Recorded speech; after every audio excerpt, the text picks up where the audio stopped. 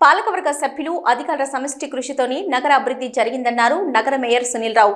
నగరంలోని 35వ డివిజన్ శ్రీనగర్ కాలనీలో 37.5 లక్షల రూపాయల నిధులతో SWG pipe line, drainage, CC road స్థానిక డివిజన్ కార్పొరేటర్ చాడకొండ బుచ్చిరెడ్డితో కలిసి అభివృద్ధి పనులకు భూమి పూజ చేశారు.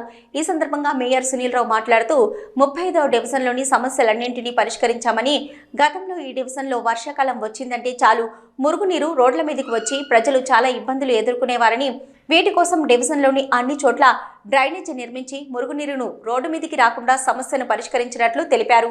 అదేవిధంగా సంక్రాంతి తర్వాత మల్టీపర్పస్ పార్కు, స్పోర్ట్స్ స్కూలు, సమీకృత మార్కెట్లు, అంబేద్కర్ విగ్రహం, నగరంలోని హౌసింగ్ బోర్డు కాలనీలో 24 గంటల పాటు మంచినీటి సరఫరాకు సంబంధించి పైలట్ ప్రాజెక్టు ఇవన్నీ కూడా ప్రారంభించుకొని ప్రజలకు సేవలు అందించడానికి సిద్ధం చేశామన్నారు. ఈ కార్యక్రమంలో నగర మేయర్ సునీల్ రావుతో పాటు డివిజన్ కార్పొరేటర్ చాడకొండ బుచ్చిరెడ్డి, మున్సిపల్ అధికారులు, డివిజన్ ప్రజలు తదితరులు పాల్గొన్నారు.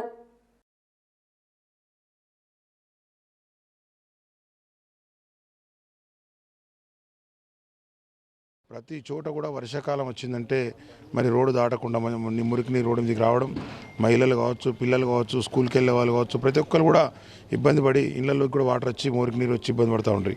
ఆ సమస్యకు శాశ్వత పరిష్కారం కూడా మేము ఈ సందర్భంగా కల్పించడం జరిగింది. ఇంత పెద్ద వర్షం పడ్డా కూడా మరి మురికి నీరు అనేది రోడ్డు మీద రాకుండా మరి బ్రహ్మాండమైన డ్రైనేజ్ నిర్మించుకొని ప్రజలకు సౌకర్యాలు కల్పించడం. అంతేకాకుండా ప్రతి చోట కూడా ఎక్కడెక్కడైతే శ్రీనగర్ కాలనీ కావచ్చు, సప్తగిరి కాలనీ కావచ్చు, ఎక్కడ అవసరం ఉన్న చిన్న చిన్న వీధులు ఉంటే ఆ వీధులను కూడా వెడల్పు చేసుకొని మరి ఎస్డబ్ల్యూజీ డ్రైనేజ్ నిర్మించుకొని రోడ్లు కూడా వెడల్పు చేసుకొని ప్రజలకు వచ్చిపోయే వాళ్ళకి, ఎందుకంటే గతంలో అన్నీ కూడా 20 ఫీట్లు, 22 ఫీట్లు, 24 ఫీట్ల రోడ్లు కాబట్టి రోడ్లు కూడా ఉన్నంత వరకు రోడ్లు వాడుకునే విధంగా సౌకర్యం కూడా కల్పించడం జరిగింది. ఇంకా 1-2 చోట్ల చిన్న చిన్న సమస్యలు మిగిలినాయని కార్పొరేటర్ గారు చెప్పినారు.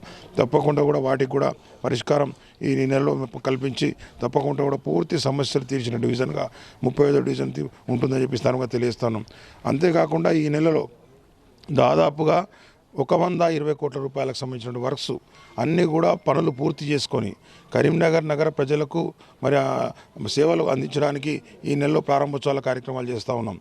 బ్రహ్మాండమైన మార్కెట్లు కావచ్చు, బ్రహ్మాండమైన పార్క్, మల్టీపర్పస్ పార్క్ కావచ్చు, అదేవిధంగా స్పోర్ట్స్ కాంప్లెక్స్ కావచ్చు, అదేవిధంగా 24 గంటల మంచినీటి సరఫరా కల్పించేందుకు పైలట్ ప్రాజెక్టు కావచ్చు, రాజీవ్ పార్క్ కావచ్చు, వీధి వ్యాపారాల కోసం నిర్మించిన స్ట్రీట్ వెండింగ్ దుకాణాలు కావచ్చు, అంతేకాకుండా మన శాతవాహన యూనివర్సిటీ దగ్గర నిర్మించినటువంటి దుకాణాలు కావచ్చు, అంబేద్కర్ స్టాచ్యూ కావచ్చు, అన్ని కార్యక్రమాలు